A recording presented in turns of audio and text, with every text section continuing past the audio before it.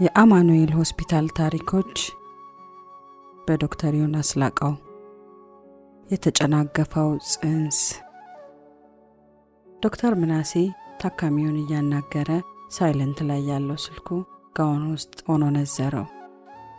ትኩረቱን ከታካሚው ላይ ሳያነሳ ግራ እጁን ሰዶ ጥሪውን ዘጋው። ማዳመጡን ቀጠለ። ከተወሰነ ደቂቃ በኋላ በድጋሚ ኪሱን ሲነዝረው ታወቀው። አሁንም ግራ እጁን ሰዶ ዘጋው።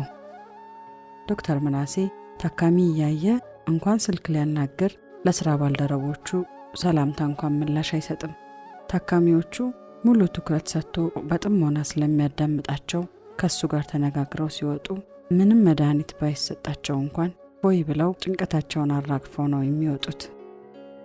ዶክተር ምናሴ ታካሚው ከወጣ በኋላ ካርዱ ላይ የሕክምና ታሪኩን መጻፍ ጀመረ። ታካሚውን እያናገረ እንዳይረሳው ጥቂት ነጥቦች ጫር ጫር ቢያደርግ እንጂ ካርድ ላይ መጻፍ አይወድም።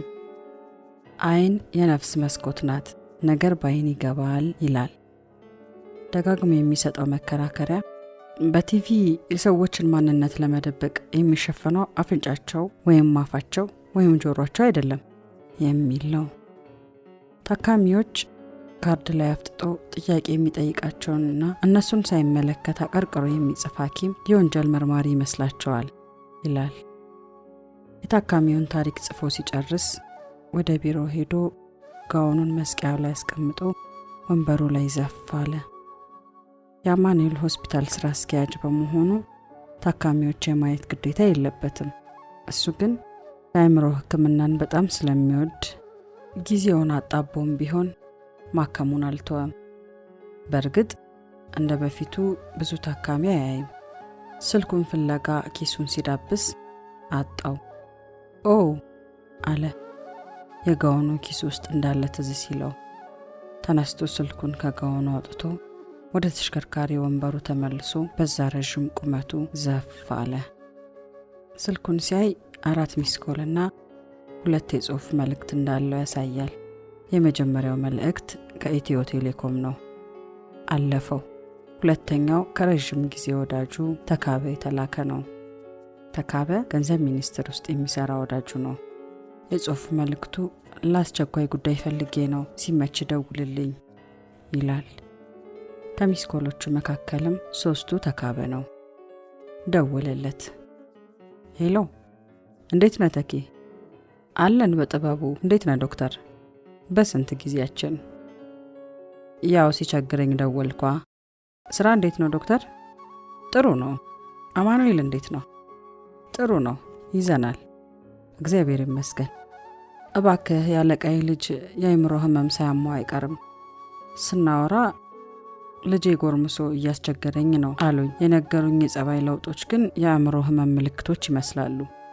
ካንተ ጋር መዋሊ ነው እንድለይ ያስቻለኝ። በጣም ይጨናነቃል።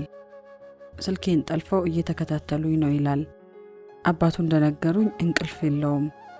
እንደው ምን ይሻላል? ችግር የለውም፣ ስልኬን ስጣቸውና አማኑኤል ይዘውት ይምጡ። አየዋለሁ። አማኑኤል ሲባል እምቢ እንዳይል ፈራው። የግል ቢታይ ብዬ ነበር። ችግር የለም፣ ይምጣና ተነጋግረን አማራጮቹን እናያለን። በነገር ላይ እዚህም የግል ሕክምና አማራጭ አለ። የተወሰነ ተጨማሪ ክፍያ ተከፍሎ ፕራይቬት ዊንግ ውስጥ ሆኖ ሊታከም ይችላል። ተካበ ተስማምቶ ካልከሺ እስቲ ላናግራቸውና ይዘነው እንመጣለን አለ። ዶክተር ብዙአየው በንዴት መላጣ ጭንቅላቱን እያከከ ከሕክምና ክፍሉ ወጣ። ታካሚው በየወሩ የሚወጋው መድኃኒት የለም ተብሎ ማዘዣውን ይዞ ተመልሶ ሲመጣ ወደ የትኛው መድኃኒት እንደሚቀይርለት እያሰበ ነው። ታካሚው የሚስማማውን መድኃኒት ለማወቅ ብዙ ጊዜ ፈጅቶበታል። የአእምሮ መድኃኒት ሙቅና ቀዝቃዛ ውሃ እንዳለው ሻወር ነው። መድኃኒቱ መጠኑ ሞቅ ሲል የጎንዮሽ ጉዳት ይፈጥራል። ከሚገባው በታች ሲሆን ደግሞ የሚፈለገውን ውጤት አያመጣም። ለአካላዊ ህመሞች የሚሰጡ መድኃኒቶች ለሁሉም ሰው አንድ አይነት መጠን ነው ያላቸው። አሞክሳስሊን ለሴትም ለወንድም ለወፍራምም ለቀጭንም ያው 500 ሚሊ ግራም ነው የሚሰጠው። የአእምሮ መድኃኒት ላይ ግን እያንዳንዱ ሰው የሚስማማውን መጠን መፈለግ ይጠይቃል። ዶክተር ብዙአየሁ ለታካሚው ከወራት በኋላ ተስማሚውን መጠን ሲያገኝ ያለ ቅድመ ማስጠንቀቂያ እነዚህ መድኃኒቶች ስለሌሉ ሌላ ቀይራችሁ ዘዙ የሚል ደብዳቤ ከመድኃኒት ክፍል ተላከለት። አማኑኤል በሰራባቸው ዓመታት ሁሉ ይህ ነገር በተደጋጋሚ ቢያጋጥመውም ሊለምደው ስላልቻለ ሁሌ እንደ አዲስ ያበሳጨዋል። ስለ መድኃኒት አቅርቦት እያወጣና እያወረደ ቢሮው ደረሰ። የተባዘተ ጥጥ የመሰለውን ጋውኑን አወለቀ። ጋዋኑ ሁልጊዜ ሀጫ ነው። ባልደረቦቹ ስንት ጋውን ይሆን ያለው እያሉ ይገረማሉ። ዶክተር ምናሴ አገኘውና እንዴት ነህ አለው። ምን እባክህ አለ ዶክተር ብዙአየሁ እጁን እያወናጨፈ። ምን ነው ሞዲኬት የለም? እኔም ጠዋት ለአንድ ታካሚ አዝዤ የለም ብለውኝ ነበር አለው። የተለመደ ዜና ነው በሚል ድምጸት። የአእምሮ መድኃኒት ስለሆነና ታካሚዎችም እኛም ዝም ስለምንል ነው እንጂ የሌላ ህመም መድኃኒት ቢሆን እንደዚህ ሆን ነበር አለ በራው እንዳበስ እያደረገ ቀጠለ። የቲቢ መድኃኒት ወይም ስኳር መድኃኒት ቢሆን በየ3 ወሩ የለም፣ ስለዚህ በሌላ ለውጡ እንባል ነበር አለ በቁጭት። ያናድዳል አለው ዶክተር ምናሴ በተረጋጋ ሁኔታ።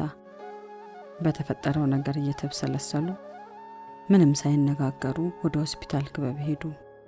ምሳ ብዙ ጊዜ የሚበሉት የሆስፒታሉ ክበብ ውስጥ ነው። ከምሳ በኋላ ዶክተር ምናሴ እና ዶክተር ብዙአየሁ ተያይዘው ወደ ሆስፒታሉ የመድኃኒት ክፍል ኃላፊ ቢሮ ሄዱ። ልክ ሲያቸው ሰላም ነው አለ። ዶክተር ብዙአየሁ ፈጠን ብሎ ምን ሰላም አለ አለ። ዶክተር ብዙአየሁ ለጉዳይ ሰዎች ጋር ሲሄድ ወይም ሲደውል እንዴት ነህ ወይም ቤተሰብ ሰላም ነው ወይም ስራ እንዴት ነው እያሉ በተደጋጋሚ ጥያቄዎች ጊዜ ማጥፋት በይሉኝታ ምክንያት የሚደረግ ነው ብሎ ስለሚያስብ ወደ ገደለው ነው የሚገባው።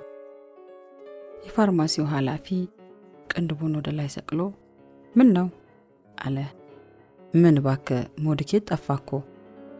ደህና የነበሩት ታካሚዎቻችን መድኃኒት ስንቀያይር ህመማቸው ሊያገረሽ ነው። እንደው ምን ተሻለን አለ ዶክተር ምናሴ። እኔም ለዚሁ ነው አብሬው የመጣሁት በሚል አይነት ጭንቅላቱን ነቀነቀ። የፋርማሲው ኃላፊ ያው መገዛት ያለባቸውን መድኃኒቶች ዝርዝር ከመላክ ውጪ አቅም የለንም።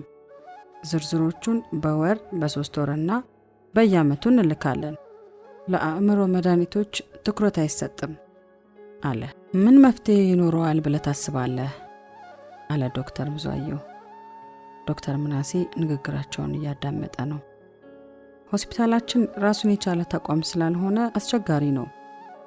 መድኃኒቶች በራሱ ከውጭ ማስመጣት ወይም መግዛት አይችልም። ዝርዝር አውጥተን እንልካለን። ከዛ የሰጡንን ከመቀበል ውጪ ብዙ አማራጭ የለንም። ዶክተር ብዙአየሁ ተናዶ ለነገሩ ከላይ ላሉ ኃላፊዎች ሁሉም ነገር ቁጥር ነው። ምናምን % ሰዎች ታከሙ፣ ምናምን % መድኃኒት ሳይገዛ ቀረ፣ ምናምን % እቅር ተሳክቷል ብለው ሪፖርት ጽፈው ያልፉታል። ልጇ መድኃኒት ተስማምቶት ተሽሎት ለክትትል የመጣችን እናት እየተሳቀቅን መድኃኒቱ ስለሌለ ሌላ ቀይረን እንሞክራለን የምንለው እኛ ነን። መድኃኒት በመቀየሩ ምክንያት አገርሽቶበት ሲመጣ ምን እናድርግ መድኃኒቱ የለም እንላለን ብሎ በራውን አከክ አደረገ። ቀጠለና ለነገሩ እኛም ብንሆን በስራ ሰዓት ቅር ብሎ እንውላለን እንጂ መድኃኒት አለመኖሩ ቀንና ሌሊታችንን ትምህርትና ስራችንን አያስተጓጉልብንም።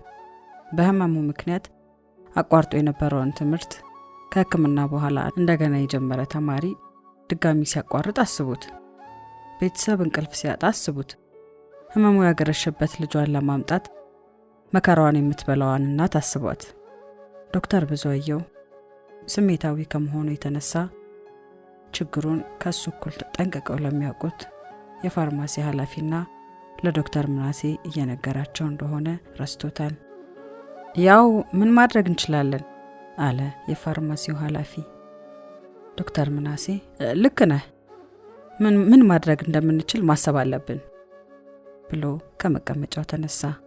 በር ላይ ሲደርሱ ዞር ብሎ የፋርማሲውን ኃላፊ እናመሰግናለን አለው።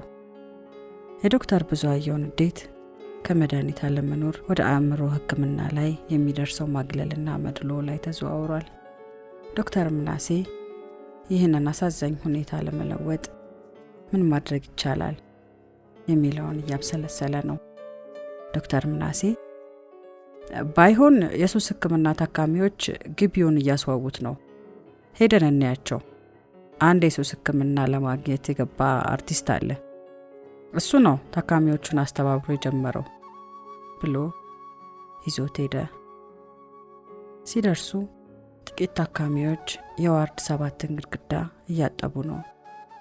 2 ታካሚዎች መሰላል ላይ ቆመው በሌላ ጎን ያለው ግድግዳ ላይ ስዕል ይስላሉ። አርቲስት ቴዲ የቀለም ቆርቆሮ ይዞ ቆሟል። የሆስፒታል ቢጃማው ቀለም ተፈናጥቆበታል። አብሮት የሳይኮሎጂ ክፍል ኃላፊው ጳውሎስ አለ። ሁሉም ትኩረታቸው ስራው ላይ ስለነበረ እነ ዶክተር ምናሴ አጠገባቸው እስኪደርሱ ልብ አላሉም። ልክ ሲያዩአቸው አርቲስት ቴዲ የቀለም ቆርቆሮውን አስቀምጦ ለሰላምታ እጁን ከዘረጋ በኋላ ቀለም እንዳለው አይቶ ቀለም እንዳያስነካው እጁን አጥፎ ክንዱን ዘረጋለት። ጥሩ ይዛችኋል አለ ዶክተር ምናሴ ቴዲን እየጨበጠው። እየሞከርን ነው፣ ጳውሎስ መኖሩ ደግሞ ነገሮችን አቀልሎልናል፣ የሚያስፈልጉ ነገሮች ሲኖሩ ያመቻችልናል አለ ቴዲ። ዶክተር ምናሴ ተራ በተራ እየተመለከታቸው ቴዲ አርቲስት ነው፣ ዶክተር ብዙአየሁ ደግሞ ሳይካትሪስት ነው ብሎ አስተዋወቃቸው። ቴዲ ቀለም እንዳያስነካው እየተጠነቀቀ ክንዱን ዘረጋ። ዶክተር ብዙአየሁ ክንዱን ጨበጠው። ጳውሎስም ሰላም አላቸው። ዶክተር ምናሴ ጳውሎስን የስነ ልቦና ሕክምና አንተ ወደ አርት ገባህ ብሎ በነገር ሸንቆጥ ሲያደርገው ጳውሎስ ፈገግ ብሎ አርት ቴራፒ ነው አለው። ቴዲ አብዛኞቹ ታካሚዎች እዚህ ሲውሉ ይደብራቸዋል፣ አሁን ይህንን ሲሰሩ እንዴት ደስ እያላቸው እንደሚሰሩ አለና እየሰሩ ያሉትን ነገር እያዟዟረ አሳያቸው። ሊለያዩ ሲሉ ዶክተር ምናሴ የሚያስፈልግ ነገር ካለ ንገረን፣ ወደ ኋላ እንዳትል፣ ለነገሩ ጳውሎስ ከእናንተ ጋር ስላለ በሆስፒታሉ በኩል መደረግ ያለበትን እሱ ያግዛችኋል አለውና ሄዱ። የዛን ዕለት ማታ ዶክተር ብዙአየሁ ማታ ተረኛ ነበረ። አንድ ሚኒባስ ታካሚ ይዞ አማኑኤል ሆስፒታል ገባ። ታካሚውን በተኮናተሩት ሚኒባስ ያመጡት ከአሶሳ ነው። አማኑኤል ሆስፒታል ለመድረስ 2 ቀን ፈጅቶባቸዋል። ከታካሚው ጋር 3 ሰዎች አብረው አሉ። ሁሉም ስራ ትተው ነው መቼ የሚመጡት ብሎ አሰበ። ስንት ብር እንደከፈሉ ባይጠይቃቸውም ብዙ ብር እንደሚሆን አያጠያይቅም። እነሱስ እንደምንም ብለው መጡ፣ ገንዘብ የሌላቸውስ፣ ቤተሰብ የሌላቸውስ ብሎ አሰበ። የአእምሮ ሕክምና በየሆስፒታሉ እንዲኖር የሚያስገድድ መመሪያ አለ። ነገር ግን የአእምሮ ህመምን በጤና ተቋማት ሳይቀር ማግለልና መድሎ ስላለ ተግባራዊ አይደለም። በዚህ ምክንያት እድለኛ የሆኑ ሰዎች ብዙ ኪሎ ሜትሮች አቋርጠው ብዙ እንግልት ታልፈው አማኑኤል ሆስፒታል መጥተው ይታከማሉ። ገንዘብና ወገን የሌላቸው ግን በቀላሉ መታከም እየቻሉ በአቅራቢያቸው አገልግሎት ስለማይሰጥ ሳይታከሙ ይቀራሉ። የአእምሮ ሕክምና መቼ ይሆን ተደራሽ የሚሆነው ብሎ መብሰልሰል ጀመረ። ተካበ ካለቃውና ልጃቸው ጋር ሆኖ ለዶክተር ምናሴ ደወለለት። ዶክተር ምናሴ ማንሳት አልቻለም። ለዶክተር ብዙአየሁ ደውልለት ስለነገርኩት ያውቃል የሚል ጽሑፍ ከስልክ ቁጥሩ ጋር ላከ። ተካበ የተባለው ስልክ ላይ ደውሎ ሄሎ ተካበ ነኝ፣ ዶክተር ምናሴ ነው ስልክህን የሰጠኝ አለ። ኦ ነግሮኛል፣ ድንገተኛ ክፍል ጋር እንገናኝ ብሎ ስልኩን ዘጋው። ዶክተር ብዙአየሁ ተቀብሎ በደንብ መርምሮ የግል ሕክምና ክንፍ ውስጥ እንዲተኛ አደረገ። የግል ሕክምና ክንፍ ውስጥ አንድ ክፍል ለአንድ ታካሚ ስለሆነ የተሻለ ምቾትና ነጻነት አለ። በሚቀጥሉት ቀናት ልጃቸው ከፍተኛ ለውጥ ስላሳየ ባለስልጣኑ ዶክተር ምናሴን ለማመስገን ወደ ቢሮ አመሩ። ስለ ልጃቸው ከተወያዩ በኋላ ዶክተር ምናሴ እያዟዟረ ሆስፒታሉን አስጎበኛቸው። ወይ ጉድ! አማኑኤል ሲባል እንደዚህ አይመስለኝም ነበር። ለነገሩ ያልደረሰበት እንዴት ሊገምት ይችላል? ትልቅ ነገር ነው የምትሰሩት። አመሰግናለሁ። የምናግዛችሁ ነገር ካለ ጠይቁን። ዶክተር ምናሴ እሺ፣ የምንፈልገው ነገር ሲኖር በራችሁን ማንኳኳታችን አይቀርም አለና ሸኛቸው። አርቲስት ቴዲ አማኑኤል ሆስፒታል ውስጥ የግጥም ምሽት እንደሚዘጋጅ ሰማ። የግጥም ምሽቱን የሚያዘጋጁት አማኑኤል ሆስፒታል የሚሰሩ የኪነ ጥበብ ዝንባሌ ያላቸው ሰራተኞች ሲሆኑ የሚያስተባብረው አንተነህ ይባላል። ከታካሚዎችም ተሰጥኦ ያላቸው ያቀርባሉ። የግጥም ምሽቱ ያምር ነበር። ጳውሎስና ዶክተር ምናሴ በቻሉት መጠን የግጥም ምሽቶቹ ላይ ይታደማሉ። አርቲስት ቴዲ የአማኑኤል ሆስፒታል ሕክምናውን ጨርሶ ቢወጣም አማኑኤል ሆስፒታል ግን ከልቡ አልወጣም ነበር። የሆነ ነገር ማድረግ አለብን ቆርጦ ነበር። ከሆስፒታሉ ከወጣም በኋላ እየተመላለሰ የግጥም ምሽቱን ይታደም ነበር። ከናንተ ነጋ የበለጠ እየተቀራረቡ መጡ። ከቀናት በኋላ ቴዲ ለየት ያለ የአርት ስራ ለማዘጋጀትና የሆስፒታል መድረክ ላይ ለማቅረብ ወሰነ። በጥቂት ጊዜያት ውስጥ በአእምሮ ጤና ላይ የሚያተኩር ሸንጎ የተባለ ቲያትር ጽፎ ከናንተ ነጋ መስራት ጀመሩ። በድብቅ ለወራት ተለማምደው ሲጨርሱ ለሆስፒታሉ የማኔጅመንት ኮሚቴ ያሳዩ። ዶክተር ምናሴ የሚመራው የማኔጅመንት ኮሚቴ በስራቸው በጣም ተደንቀው ቲያትሩ እዛው ሆስፒታል ውስጥ እንዲታይ ማድረግ ጀመሩ። አንድ ከሰዓት ቲያትሩን አሳይተው ሲጨርሱ ዶክተር ምናሴ፣ ዶክተር ብዙአየሁ፣ ጳውሎስና ቴዲ ተሰብስበው ሻይ እየጠጡ ነው። ጳውሎስ ቲያትሩን ብዙ ሰው እንዲያየው ብናደርግ ብዙ ለውጥ ማምጣት ይቻል ነበር ሐሳብ አቀረበ። ቴዲ በጣም አሪፍ ነው ብሎ ተስማማ። ዶክተር ብዙአየሁ በኪነ ጥበብ ተለውሶ ካልሆነ የጤና ትምህርት አስቸጋሪ ነው። ሹገር ኮቲንግ የግድ ያስፈልጋል። የሀገራችን ሐኪሞች ሬትን ለልጅ መስጠት በማር ለውሶ ነው፣ ማሩ እየጣፈጠው ሬቱ እንዲያድነው ይሉ የለ። ዋናው ጉዳይ ያው የባጀት ጉዳይ ነው አለ። ዶክተር ምናሴ ባጀት እንደምንም ብለን እንፈልጋለን አለ። ከሳምንት በኋላ ለአእምሮ ጤና ጉዞ ገንዘብ ለማስፈቀድ ወደ ጤና ሚኒስቴር ሄዱ። ዶክተር ምናሴ በዛ ቁመቱ መሃል ሆኖ በግራና በቀኝ ከዶክተር ብዙአየሁና ከጳውሎስ ጋር ሲሄዱ ከርቀት ለሚያያቸው ሰው ሐመር ውሃ ይመስላሉ። የሚኒስትሩ ጸሐፊ ቀጠሮ አላችሁ አለቻቸው። አዎ አለ ዶክተር ምናሴ። እሺ ልንገራቸው ብላ ገባች። ይግቡ ተብላችኋል አለቻቸውና ተከታትለው ገቡ። ሚኒስትሩ ከወንበራቸው ተነስተው ተቀበሏቸው። ከዛም የመጡበትን ጉዳይ ጠየቋቸው። ዶክተር ምናሴ ያሰቡትን የአእምሮ ጤና ግንዛቤ ንቅናቄ ዘርዝሮ አስረዳቸው። በመጨረሻም የጤና ትምህርት የሚል በቂ በጀት ሆስፒታሎች ላይ ስለማይመደብ ሚኒስቴር መስሪያ ቤቱ እንዲያግዘን ነው አላቸው። ሚኒስትሩ ተመስጠው ካዳመጡ በኋላ ምርጥ ፕሮፖዛል ነው። ፕሮፖዛሉ በቲቢ ወይም በወባ ላይ ቢሆን በቀላሉ ሚሊዮኖች መመደብ ይቻል ነበር። የአእምሮ ጤና ላይ ግን ብር የለም። ለማንኛውም የሚያስፈልገውን በጀት ጨምራችሁ ፕሮፖዛሉን በጽሑፍ አስገቡ አሏቸው። ሶስቱም እኩል እሺ አሉ። በሚቀጥሉት ቀናት ሶስቱ ፕሮፖዛሉን ተከፋፍለው መስራት ጀመሩ። ዶክተር ምናሴ ሁሉንም አንድ ላይ አድርጎ ለሚኒስትሩ ላከላቸው። ሚኒስትሩ ውሳኔውን ለመስጠት ከሳምንት በኋላ ቀጠሩት።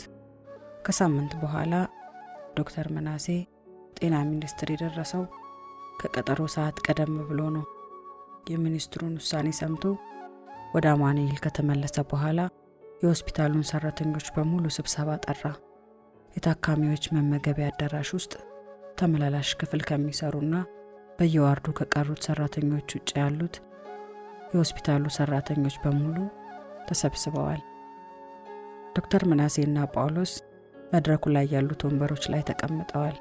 ጳውሎስ እሺ፣ ሁላችሁም ስለመጣችሁ እናመሰግናለን። አቅደነው በነበረው የአእምሮ ጤና ጉዞ ዙሪያ ከሚኒስትሩ ጋር ውይይት ተደርጎ ነበር። ዛሬ ዶክተር ምናሴ የውሳኔ ውይይት አድርጓል። ውሳኔውን አብረን እንሰማለን አለ። ሰራተኛው በሙሉ ውሳኔውን ለመስማት በጉጉት መጠባበቅ ጀመረ። ዶክተር ምናሴ እንደምን ዋላችሁ አለ። ሰራተኛው በአንድ ድምፅ እግዚአብሔር ይመስገን። ዶክተር ምናሴ እሺ፣ ጳውሎስ እንደነገራችሁ ዛሬ ከሚኒስትሩ ጋር ቀጠሮ ነበረን። የጉዞ ዓላማ እዚሁ የሚታየውን ቲያትር ይዘን በሰሜኑ የሀገራችን ክፍል እየተዘዋወርን እናሳያለን። በተጓዳኝም የአእምሮ ጤና ግንዛቤ ለመፍጠርና በጎዳና ላይ ያሉ ወገኖቻችንን እያነሳን ተገቢውን አእምሮ ሕክምና ለመስጠትና በተጓዳኝም በምንሄድባቸው ሆስፒታሎች የአእምሮ ጤና ለማስጀመር ነው። ከሚኒስትሩ ጋር በነበረን ውይይት አንድ ጥሩ ዜናና አንድ ደግሞ ጥሩ ያልሆነ ዜና አለ። ከጥሩ ዜና ጀምራለሁ። ሚኒስትሩ ፕሮፖዛሉን አምኖበት ፈቅደዋል። ጥሩ ያልሆነው ዜና ደግሞ የፈቀዱልን ገንዘብ ትንሽ ስለሆነ የምትሄዱ ባለሙያዎች የትራንስፖርትና የማረፊያ ብር ብቻ ነው የሚከፈላችሁ። እዚህ የሚቀሩ ባለሙያዎች ደግሞ በእናንተ መሄድ ምክንያት ስራ ይበዛባቸዋል ብሎ ጸጥ አለ። አንተነህ እጁን አወጣ። ዶክተር ምናሴ እሺ ብሎ እድል ሰጠው። እኔ በበኩሌ ምንም ክፍያ ባይኖርም የትራንስፖርት መኪና ከተመደበልን መኪና ላይ ያደርንም ቢሆን ለመስራት ዝግጁ ነኝ አለ። አዳራሹ በጭብጨባ ተናጋ። ጭብጨባው ጋብ ሲል ቲያትሩ ላይ እናቶና የምትተውነው ነርስ እጇን አወጣች። ዶክተር ምናሴ እድል ሰጣት። ከምንሄደው ውስጥ ሴቶች ስላለን አስቤዛ ከተገዛ ምግብ እንደምናበስል ቃል ገባለሁ አለች። ሌላ ጭብጨባ። ቀጣይ እጅ ያወጣችው የዋርዱ 2 ኃላፊ ነበረች። በእኛ ዋርድ የሚሰሩ ሰራተኞችን ስራ በደስታ ደርበን እንሰራለን አለች። ሌላ ጭብጨባ። ቀጥለው ብዙ ሰራተኞች ድጋፋቸውን ገለጹ። ዶክተር ምናሴ ከማጠቃለላችን በፊት የተለየ ሐሳብ ያለው ሰው ካለ ብሎ ቢጠብቅም የተለየ ሐሳብ የሰነዘረ አልነበረም። እሺ፣ ሁላችሁንም አመሰግናለሁ። ጥሩ ስራ እንደምንሰራ አተማመናለሁ። እግዚአብሔርም ይረዳናል አለ። አዳራሹን ሌላ ከፍተኛ ጭብጨባ ሞላው። ፉጨትም ተጨመረ። ሁሉም ደስ ብሏቸው ከአዳራሹ ወጡ። የሚቀጥለው ሰኞ የሆስፒታሉ ሰራተኞች ገንዘብ አዋጥተው ለአእምሮ ጤና ተጓዦች የምሳ ዝግጅት አደረጉ። ከምሳ ዝግጅቱ በኋላ የሆስፒታሉ በእድሜ ከፍ ያሉ ባልደረቦች በጉዟቸው እንዲቀናቸው መርቀው ሸኟቸው። አንድ ኮስተር መኪና ውስጥ የቲያትር ቡድን አባላቱ ሞልተዋል። ሁሉም ያለ አእምሮ ጤና የለም የሚለውን ቲሸርታቸውን ለብሰዋል።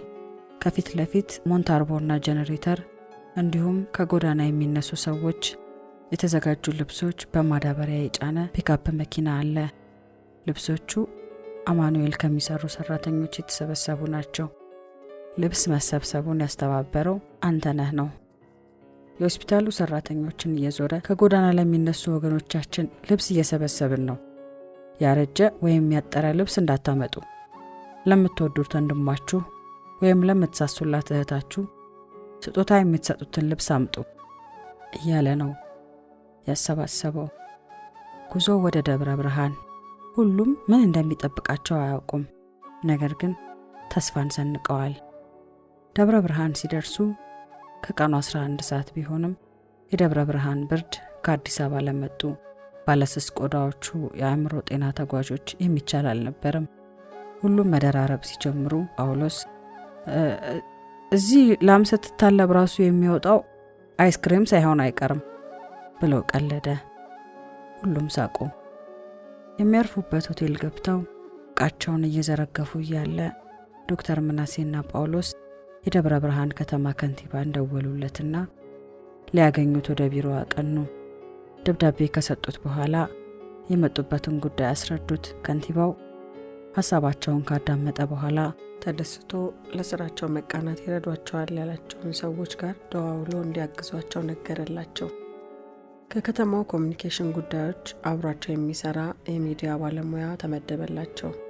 በነጋታው ጠዋት የቡድኑ አባላት ቁርስ በልተው ቡና ጠጥተው ሲጨርሱ በአራት ምድብ ተከፋፈሉ። የመጀመሪያው ቡድን የአእምሮ ጤና ትምህርት የሚሰጥ ነው።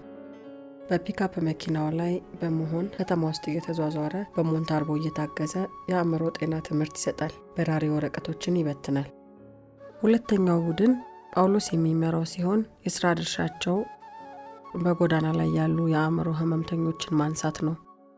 ጎዳና ላይ የሚያገኟቸውን ሰዎች ቀረብ ብለው በማናገር የአእምሮ ህመም ያለባቸውን አግባብተው ካነሱ በኋላ በአምቡላንስ ወዳረፉበት ሆቴል ይልካል። ከከተማ አስተዳደሩ የተመደበው ባለሙያ ከነዚህ ቡድን ጋር ነው። አካባቢውን የሚያውቅ ሰው አብሯቸው መሆኑ ስራቸውን አቀለለላቸው። ሶስተኛ ቡድን ታካሚዎችን ገላቸውን አጥቦ ጸጉራቸውን ቆርጦ ንጹህ ልብስ ያለብሳቸውና ይመግባቸዋል። ያረፉበት ሆቴል ባለቤት የመጡበትን ጉዳይ ሲሰማ ከሆቴሉ ጀርባ ያለውን ባዶ ቦታና ሰራተኞች የሚጠቀሙበትን 4 ሻወር ቤቶች እንዲጠቀሙበት ፈቅዶላቸው ነበር። ከጎዳና የተነሱት ሰዎች የለበሱትን ልብስ ለምን ያህል ጊዜ እንደለበሷቸው ወይም አዲስ እያሉ ቀለማቸው ምን አይነት እንደነበር መገመት አይቻልም። አሮጌና የቆሸሹ ልብሶቻቸውን እያቃጠሉ አዲስ ልብስ ያለብሷቸዋል። አራተኛው ቡድን ዶክተር ምናሴ የሚመራው ሲሆን ታጥበው ንጹህ ልብስ ለብሰው የሚመጡትን ታካሚዎች ቃለ መጠይቅና ምርመራ እያደረገ አስፈላጊውን ሕክምና ይሰጣል። ደግነቱ ደብረ ብርሃን ሆስፒታል ሲሄዱ አማኑኤል ሆስፒታል የተማሩ 2 የአእምሮ ሕክምና ባለሙያዎች አገኙ። ባለሙያዎቹ የቀድሞ አስተማሪዎቻቸውን የአሁን ባልደረቦቻቸውን ሲያገኙ በጣም ደስ አላቸው። ሆኖም በደብረ ብርሃን ሆስፒታል ውስጥ የአእምሮ ተኝቶ ሕክምና ስላልተጀመረ የሆስፒታሉን ስራ አስኪያጅ መጠየቅ ነበረባቸው።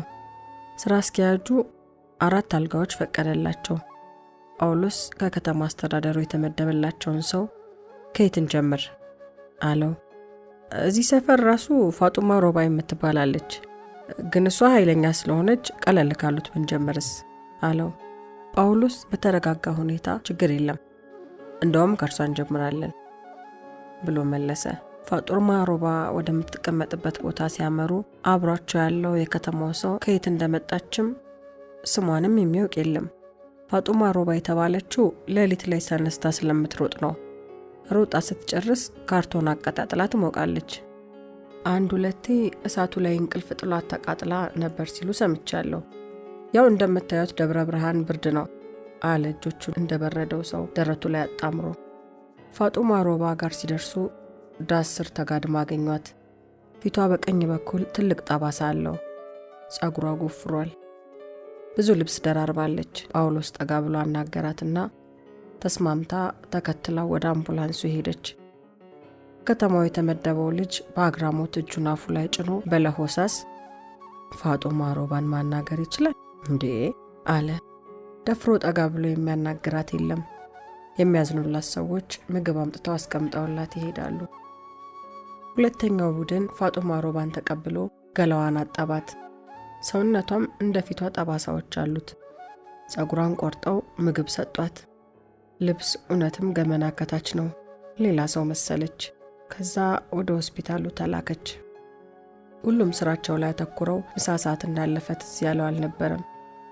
9 ሰዓት ሲሆን ዶክተር ምናሴ ለየቡድኑ መሪዎች ደውሎ ለምሳ 9 ሰዓት ተኩል ላይ ሆቴል እንዲገኙ ነገራቸው። ለምሳ ሲገናኙ ሲሰሩ የዋሉ ሳይሆን ሲዝናኑ የዋሉ ይመስል ነበር።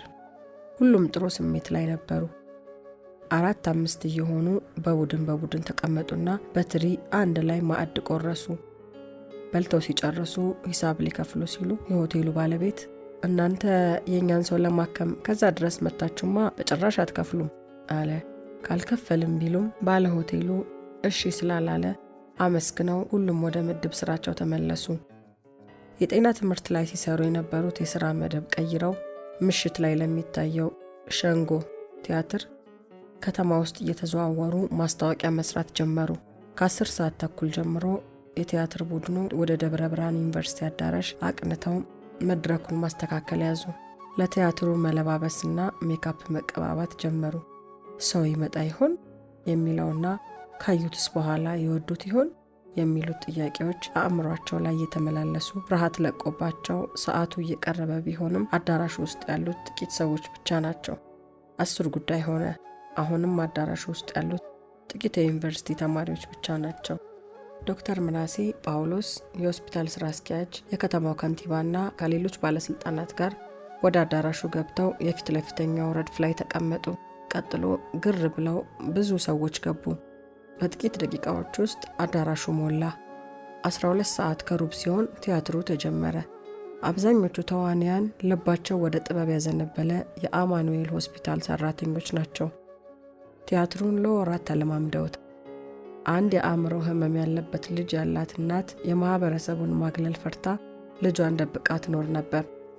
ኋላ ግን እሷን ማግለል የለብንም የሚሉ ሰው ታገኝና ሕክምና እንዲሄድ ለማድረግ ታስባለች።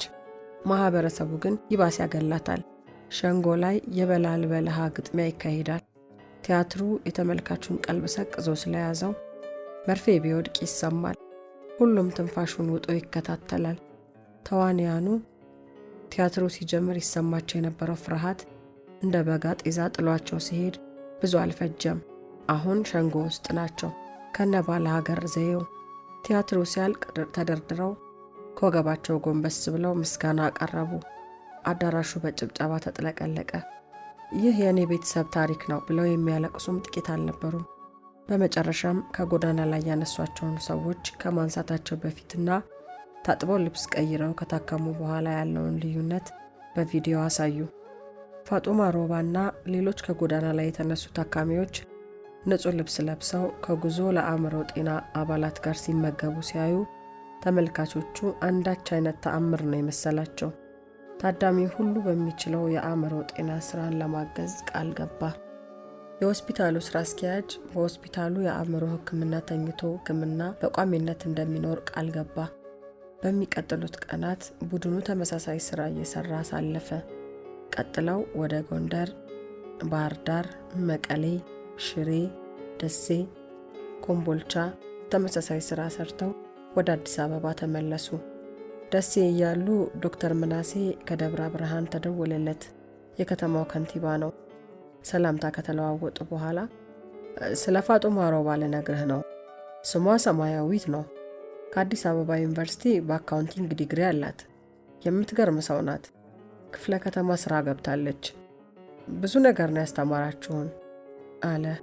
ዶክተር ምናሴ ጎዳና ላይ የምናየውን ሰው ዛሬውን እንጂ ትናንቱንና ነገውን አናውቅም። ከየት እንደመጣ መገመት አንችልም። ብናግዘው ወዴት መሄድ እንደሚችል ማወቅ አንችልም። ትልቅ ነገር ነው ያደረጋችሁላት። ለቡድኑ አባላት ጥሩ ዜና ነግራቸዋለሁ። እናመሰግናለን አለ።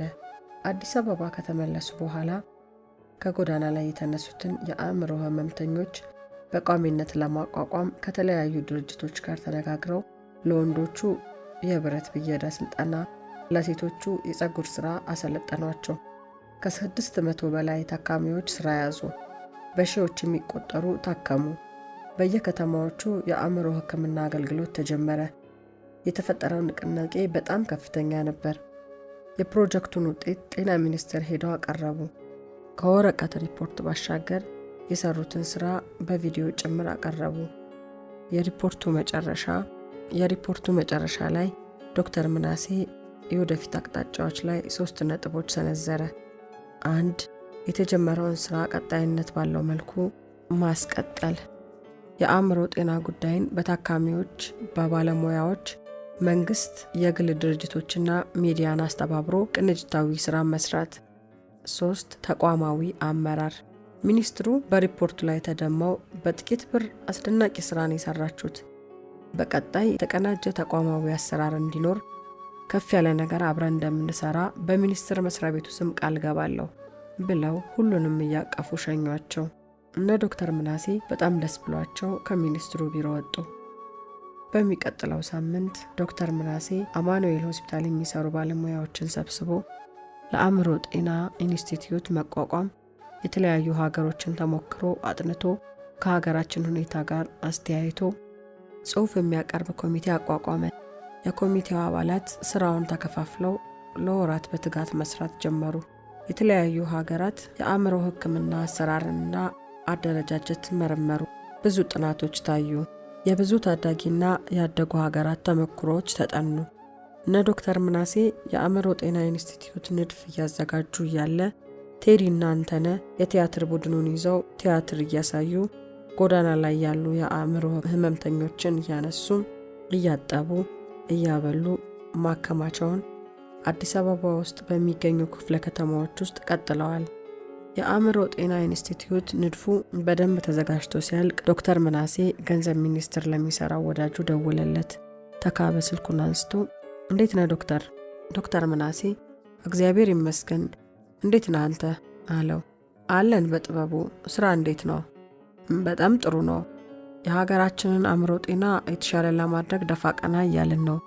የእናንተ ሙያዊ እገዛም ያስፈልገናል አለው። ተካበ በምን እናግዝ? በአካል ተገናኝተን ብንነጋገር ይሻላል። ከተቻለ አለቃም ቢኖሩና አንድ ላይ ብንወያይ ጥሩ ነበር አለ። ችግር የለም፣ ለነገ ከሰዓት ቀጠሮ አስይዛቸውና እንወያያለን።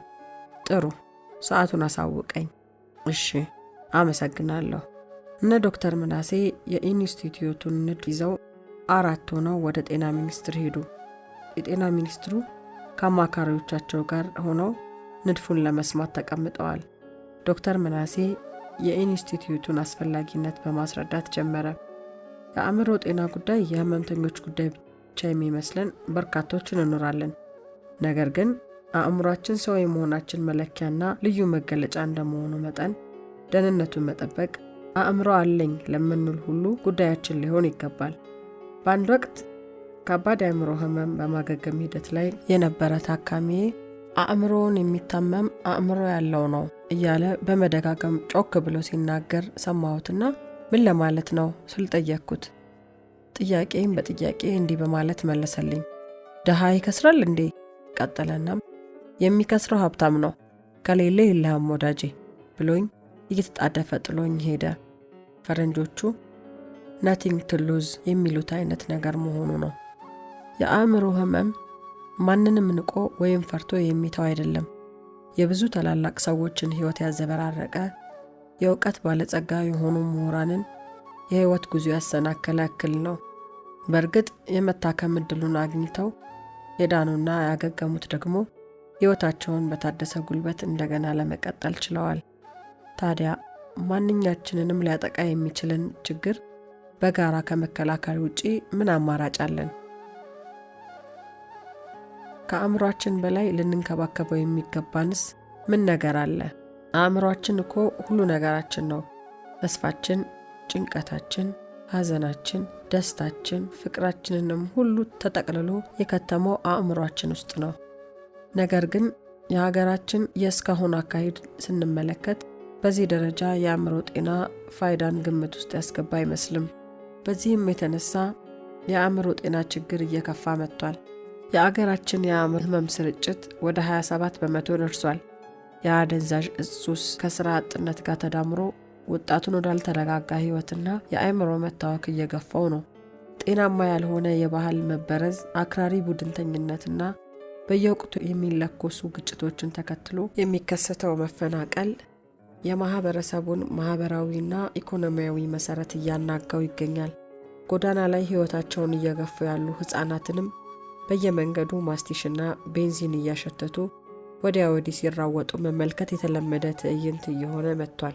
90 በመቶ የሚሆኑት የጎዳና ተዳዳሪዎች የአእምሮ ህመም ወይም ከሱስ ጋር የተያያዘ ችግር አለባቸው። ከአገልግሎት ሽፋን አንጻር ካየነው ከባድ የአእምሮ ህመም ካለባቸው ሰዎች ውስጥ ዘመናዊ የአእምሮ ህክምና የሚያገኙት ከ10 በመቶ አይበልጡም። አማኑኤል ሆስፒታል ህክምና ለማግኘት ከሚመጡ ተገልጋዮች ውስጥ ከ70 በመቶ በላይ የሚሆኑት ሌሎች አማራጭ የባህልና መንፈሳዊ ዘዴዎችን ሞክረው ባለመሳካቱ እንደ መጨረሻ ዕድል በዘመናዊ ህክምና ለመታገዝ የመጡ ናቸው። ይህም ማለት ለአብዛኛው ተገልጋይ ማህበረሰብ ዘመናዊ የአእምሮ ህክምና የመጀመሪያ ምርጫው አይደለም ማለት ነው። በተለይም የሱስና የአእምሮ ህመም በይበልጥ የሚያጠቃው ሀገር ተረካቢውን ወጣት ትውልድ መሆኑን ግምት ውስጥ ስናስገባ የጉዳዩ አሳሳቢነት ይገባናል። የአእምሮ ጤና ላይ መስራት ሁለንተናዊ አገራዊ ለውጥ ለማምጣት ቁልፍ ጉዳይ መሆኑም ግልጽ ይሆንልናል። እናም የምናስቀምጠው የመፍትሄ አቅጣጫ ዘላቂ የስርዓት ለውጥ በማምጣት ቁልፍ ነገሮችን ለመፍታት የሚያስችል መሆን ይገባዋል። ይህንን ለማሳካት ደግሞ ተቋማዊ አካሄድን መከተል ያዋጣል። በሌላ አገላለጽ ያለብንን ውስብስብ የአእምሮ ጤና ችግር ለመፍታት የሚያግዝ ብሔራዊ ተቋም መፍጠር ሀገራዊ ፋይዳው የላቀ ነው።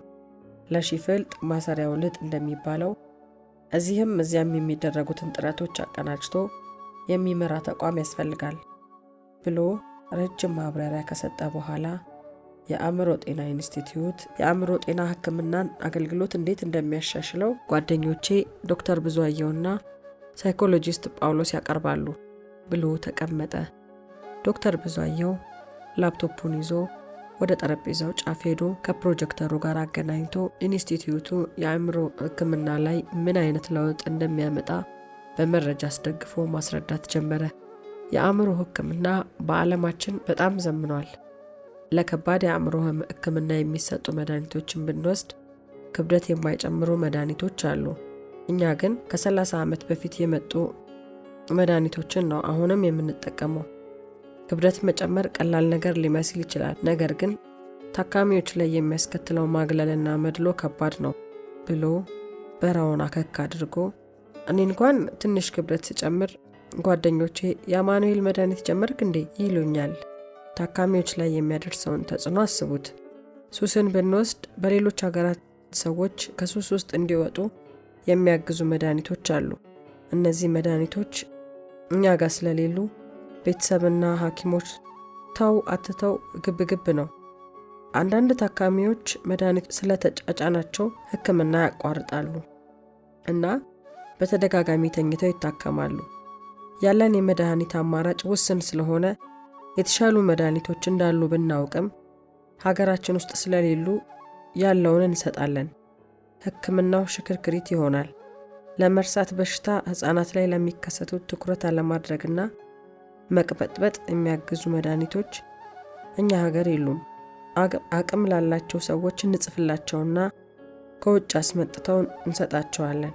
አቅም የሌላቸውን ሰዎች ግን ከማዘን በቀር ምንም ማድረግ አንችልም። ኢንስቲትዩቱ የአእምሮ ሕክምና ራሱን የቻለ ተቋም እንዲሆን ስለሚያስችል ዓለም የደረሰበትን ሕክምና እንድናስመጣ ያስችለናል ብሎ ፕሬዘንቴሽኑን አጠናቀቀ። ቀጥሎ ጳውሎስ የስነ ልቦና ሕክምናን በተመለከተ ማብራሪያ ማቅረብ ጀመረ። ጊዜያችሁን ላለመሻማት አጠር አድርጌ 3 ወሳኝ ነጥቦችን አቀርባለሁ። የመጀመሪያው የዲዛይን ጉዳይ ነው።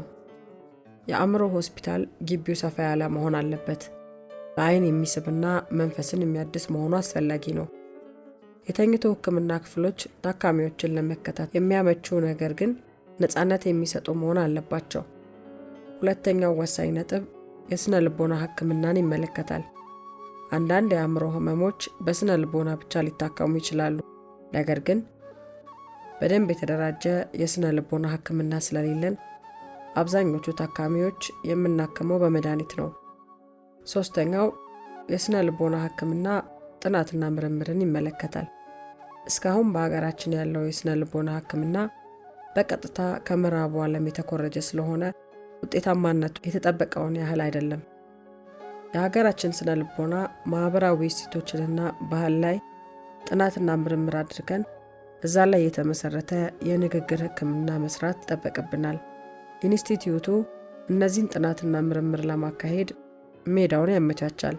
የአእምሮ ጤና ኢንስቲትዩቱን ዲዛይን ለአእምሮ ጤና በሚሆን መልኩ አርክቴክት የሆኑ ወዳጆቻችን በነፃ ሰርተውልናል ብሎ ዲዛይኑን ካሳየ በኋላ ንግግሩን አጠናቀቀ።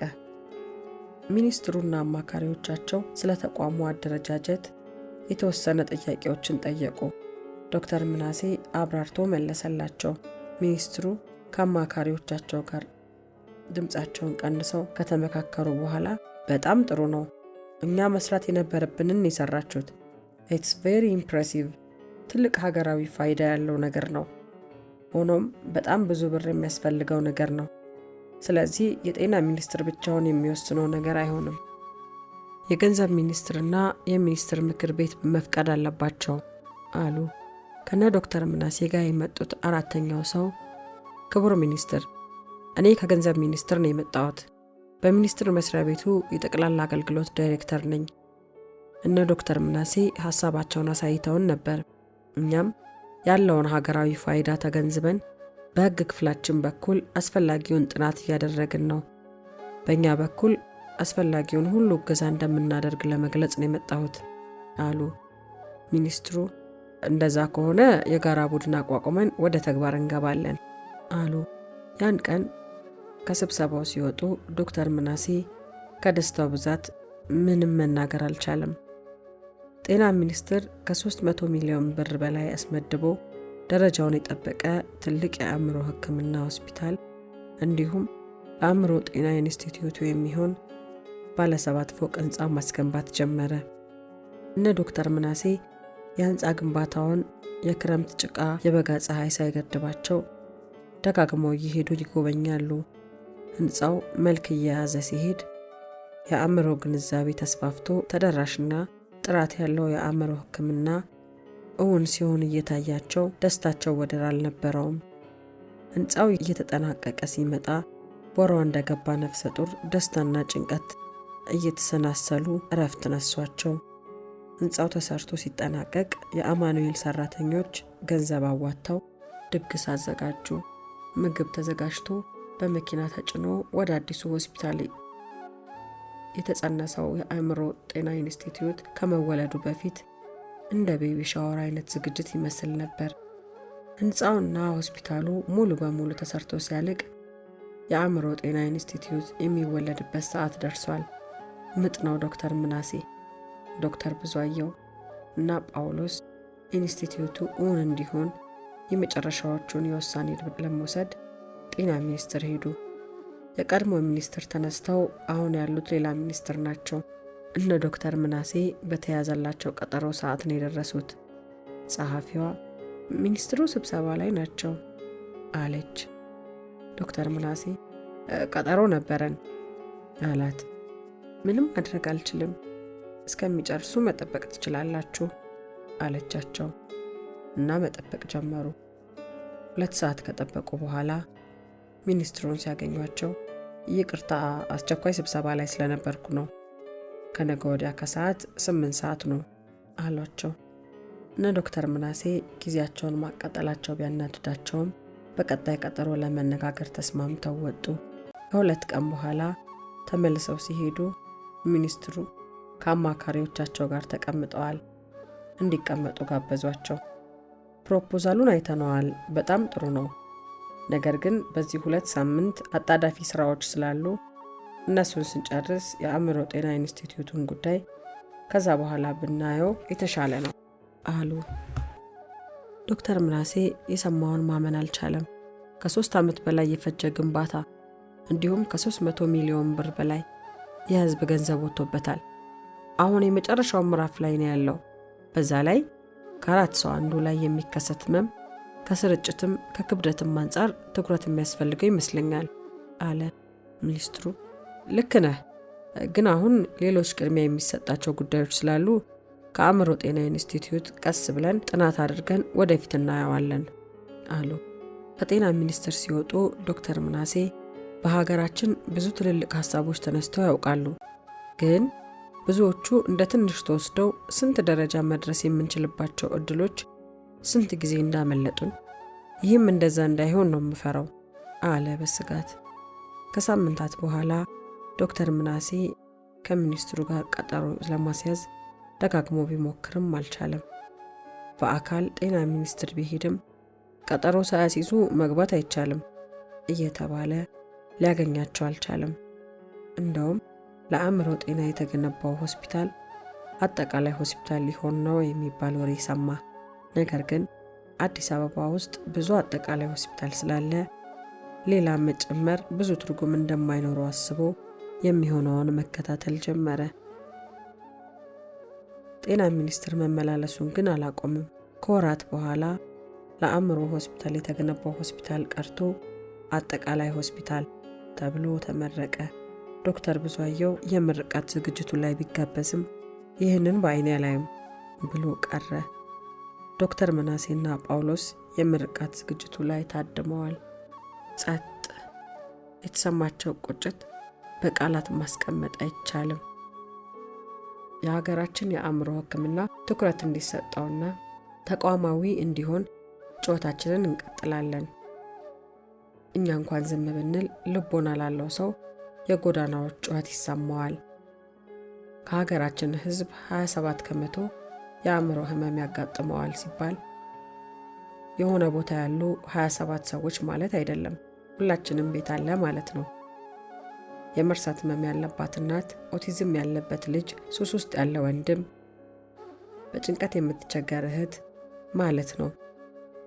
ቅንነት ካለ እናታችንን፣ ልጃችንን፣ ወንድማችንን፣ እህታችንን የተሻለ የአእምሮ ሕክምና የሚያገኙበት ተቋም መፍጠር ይቻላል። ለአእምሮ ጤና ተጓዦች በሙሉ በተለይ ደግሞ የአእምሮ ጤና ንቅናቄውን በከፍተኛ ሀገራዊ ራዕይ ስትመራ ለነበረው ዶክተር ዳዊት አሰፋ ከፍተኛ ምስጋና አቀርባለሁ። ተስፋ አለኝ አንድ ቀን ያለ አእምሮ ጤና የለም።